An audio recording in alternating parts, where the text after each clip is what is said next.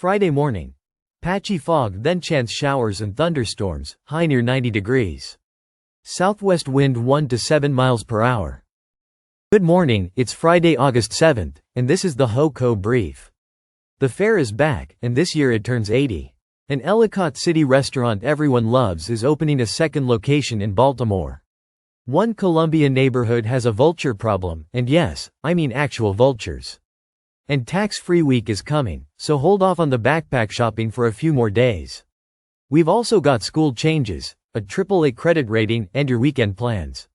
Let's get into it. The Howard County Fair opened Thursday, and this year marks its 80th.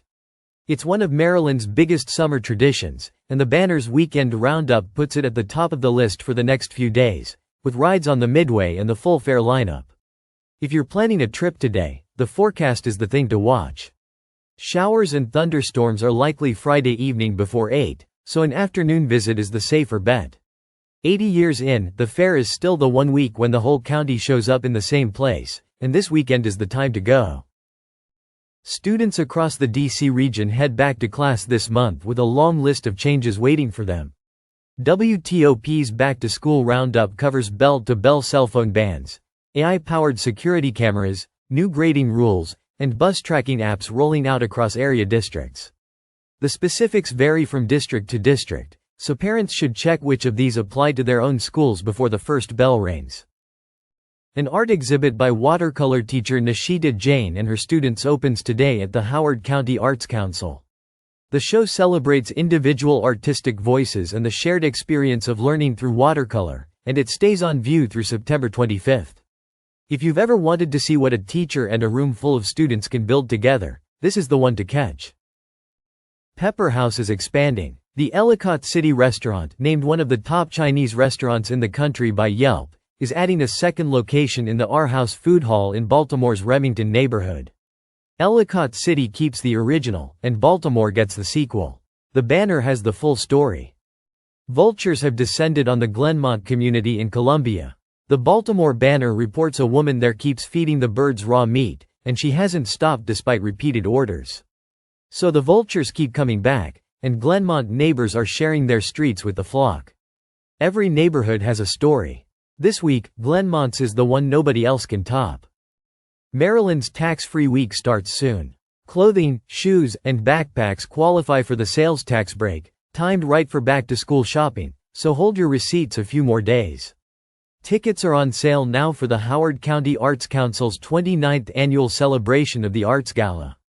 And at the library today, the East Columbia branch hosts Harry Potter sewing from 2 to 3 p.m., for ages 10 and up with an adult. Also today, Howard County earned AAA credit ratings, the highest mark available, from all three major rating agencies. In Ellicott City, 10 years after the disastrous flood, WUSA 9 reports on how county leaders are working to stop the next one. On Reddit, locals are comparing Howard Community College and CCBC on classes, credits, and transfer paths.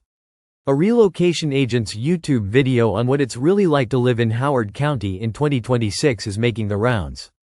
Toronto Raptors guard Immanuel Quickley returned to John Carroll, his alma mater, this week to host a basketball camp for about 70 kids ages 6 to 17.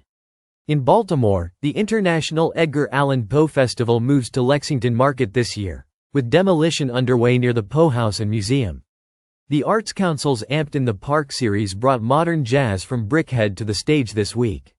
Nature in Two Voices, with Jing J. Y. Chen's watercolors on rice paper and Chris Rappa's oversized field paintings, runs through August 30th. Author Phil Branch reads from his memoir The Double Dutch Fuss at an upcoming Arts Council Author Works event. And the Baltimore Sun reported this spring that a New York-style Italian restaurant is on the way to Ellicott City. The Howard County Fair runs Friday and Saturday in its 80th year, and the Banner's Weekend Roundup also lists an all-you-can-eat crab feast and a Super Smash Bros. Gaming convention. Paint It! Ellicott City holds an opening reception Saturday at the Howard County Welcome Center, where the open paint exhibit hangs through August 23, Tuesday through Sunday, 10 to 5. Two numbers stuck with me this morning, 80 and 10. The fair is opening its 80th year, and it's been 10 years since the disastrous flood in Ellicott City. One is the county at its most familiar, and the other is the county still doing slow, unglamorous work so the places we love get to keep having anniversaries. I like that both landed in the same week. Also, someone in Colombia is feeding vultures raw meat and will not stop, and honestly, I have questions. Have a good Friday. That's the brief. Everything lives at HoCobrief.com. The newsletter, the archive, and a tip line if you've got a story. See you back here tomorrow.